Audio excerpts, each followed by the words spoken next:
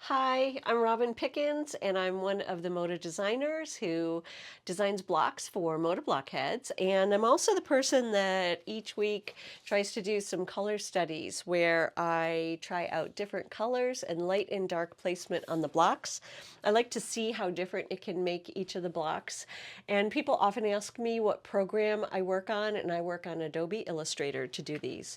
If you want to see any of the past color studies that I've done on my blog, robinpickens.com, there is a page right up in the navigation, color studies. This will take you to the past color studies that I've done for the different blocks for Moda Blockheads.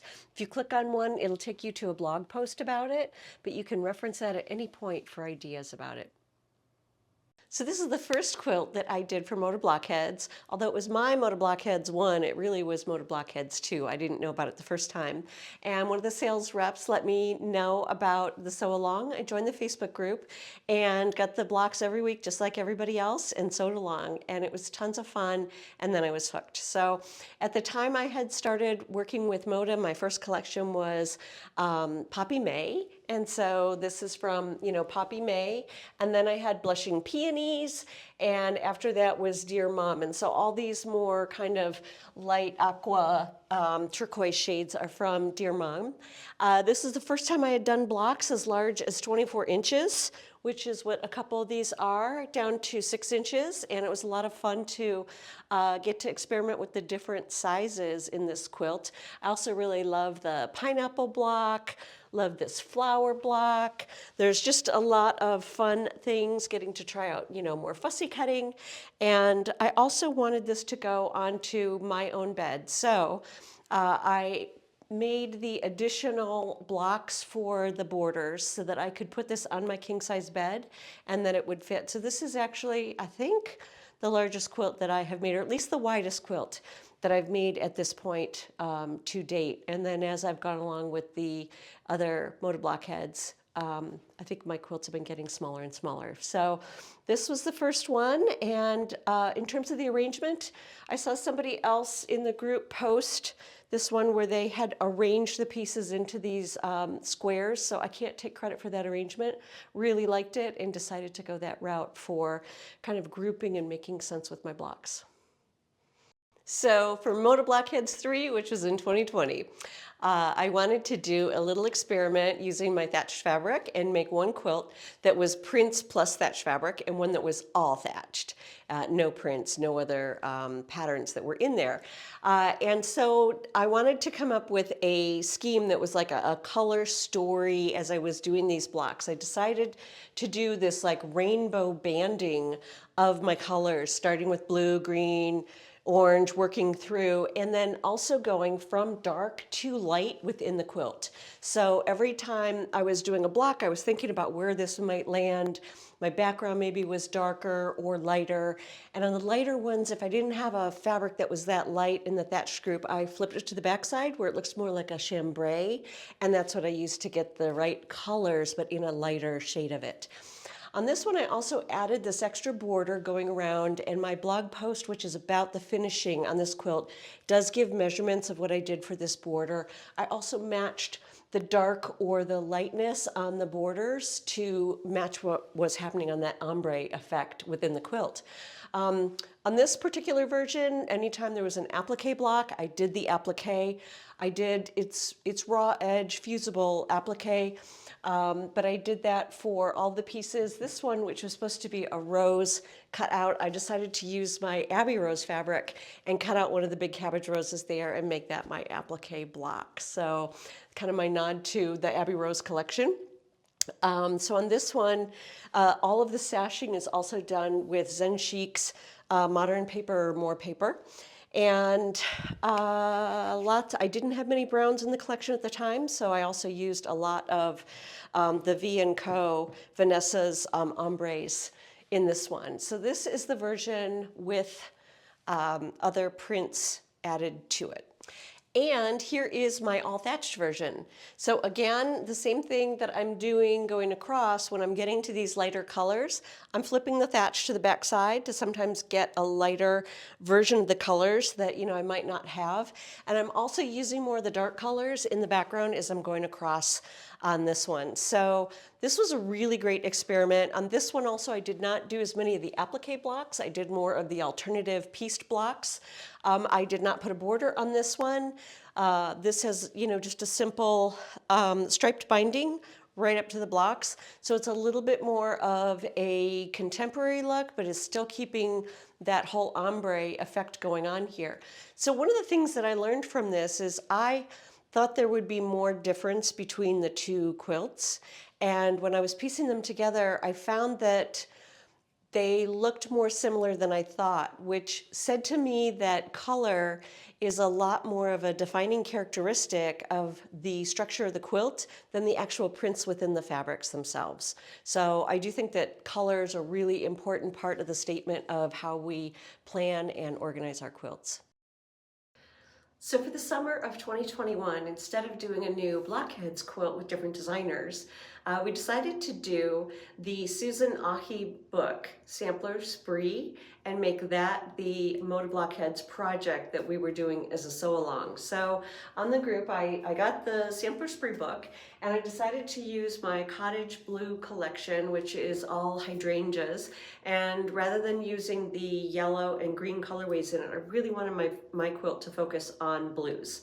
And I wanted it to be about light and dark. So this idea of a glowing center with the lightest pieces going out to a darker perimeter. So all of my blocks I made with more emphasis on either light, medium, or dark, and also using thatched fabrics that were light, medium, and the dark shades. If I needed the lighter thatched, I flipped it to the back side. And I also carried through this idea of the light and dark through the cornerstones and all the sashings that are in between the sections, so that those also were lighter and darker in the perimeter as I was going out. I loved doing all the different blocks on this one, the things like the different baskets. I love that there's two little sailboats. We've got the Christmas tree, but my very favorite block is the pear. And I liked just putting a little pop of color in here sometimes, and so that was a pop of the green. And I also liked having the little butterflies showing up kind of in this citron yellow, flitting around on top of the blue, and that seemed like a really good accent for it. This is my quilt for Moda Blockheads 4, and I liked arranging the blocks in the bands for Moda Blockheads 3 of color for structure. I also really liked that square idea that was from Sampler Spree, with it kind of going around almost more of a medallion type of a feel. So I decided to make my color plan for Moda Blockheads 4 based around kind of combining those two ideas. And I decided to do an outer perimeter that was all in pinks, and I have a cranberry background of thatched so that it's like a darker background. And I also made up this block that were corner flowers or corner berries for each of the four corners on here, so I added that to it. With the two sizes of blocks, then I also could do the smaller row of the blocks to the center here, and these are all of my orange blocks, and my corner ones are in green so that they are reflecting the green of the leaves on the corner. So that was my idea, to kind of carry that green coming through, pulling your eye into the center. The center is for the bigger blocks that are done in the yellow colors.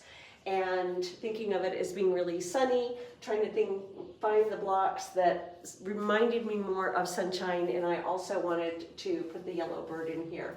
For this quilt, I decided that when there was applique, as this bird was, that I was going to do it as applique with the turned edges. And so I think this is the first time I did the needle turn edges on applique, and that was pretty fun. And I like how soft it makes everything look. So this was Moda Blockheads 4.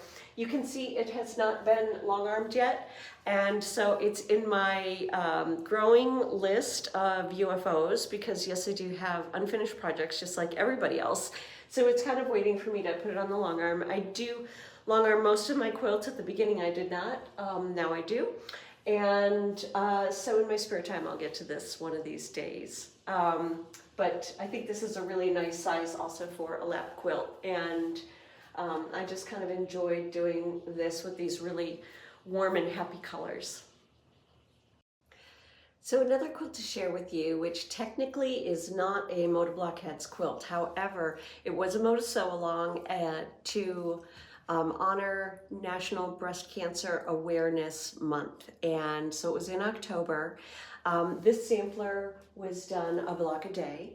And for this, I've done an all thatched colorway, which is with the burgundy background, using cranberry, fuchsia, sugar rose, cocoa oatmeal, tangerine, apricot, and the light pink, which is early dawn. And so for this one, the thing that I tried that I hadn't done before, because one of the things I love about samplers is that it forces me to get out of my comfort zone and make some blocks that I might not have made otherwise, and it's a really good learning opportunity. So for this one, I had never done a Dresden plate before, and this was the first time, and so far it's the only time that I've done one. But this is a quilt I usually get out at fall time because I feel like those rich colors just really say, come on and snuggle under me. So this was a fun project for that, and just wanted to share it.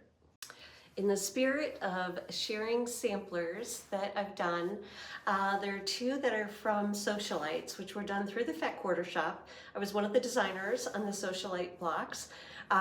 Really fun, also YouTube community there. The first one, and they have 3 sizes of blocks, a 3-inch, a 6-inch, and a 9-inch. I think those are the 3. And so I made the 3-inch blocks. I hadn't done 3-inch blocks before, wanted to challenge myself, and I found that I loved actually doing those little sizes of blocks. They just look really precious, and just, I liked them a lot. So the first one that I did, I decided to do all in shades of gray of my Thatched, and then this is some of the Zen Chic low volume fabric on the sashings. But so different shades of my gray from Thatched with just 3 blocks in color. So I picked the heart, the flower was my block, and the sewing machine, because I love flowers and I love sewing. So I did this all in grays, and I did it as a long vertical so that it can hang on the wall going into my office. There's a little wall space where I actually keep this one hanging. So that was a fun project with the little blocks. And then the following year on Sewcialites 2, I decided to do those 3-inch blocks again because I loved the small size. And for this one, I've decided to make it into a table runner. So I did my blocks in a rainbow span of colors to go along with the rainbow print in my Wild Blossoms collection. This is the Width of Fabric print, which goes from selvage to selvage. So I have it going one way here. I flip the fabric so that it can continue that ramp of the rainbow to the other side. And these are all 3-inch blocks to the inside.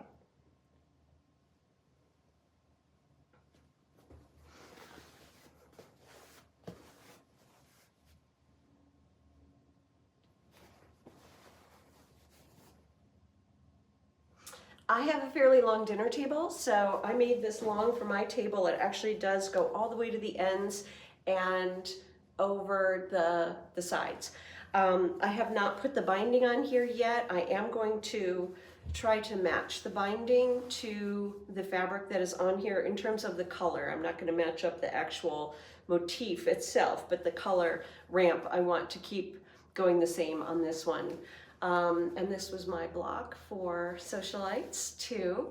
So this is my big runner. So I hope you have enjoyed this little sharing of the sampler quilts. I have some other sampler quilts that I did through Gnome Angel, Angie, who is in Australia, and she's Gnome Angel. She's done the 100 modern block. She's done the kinship quilt, and I also did Wanderer's Wife, that is Jen Kingwell's pattern, through a sew along that she would do on Instagram. So I will do another video where I show some of those quilts. and I hope you have a wonderful weekend. Make sure to visit the other channels where they are showing their Moda Blockheads sampler quilts that they've done. I've got all of the channels listed below in the comments. Please follow, like. I think also one of the next videos I will try to get done is a little trunk show of my Dandy Annie and Dandy Duo quilts that I've done, because my dandelion fabric is out right now. Have a great day, everyone. Thanks for watching.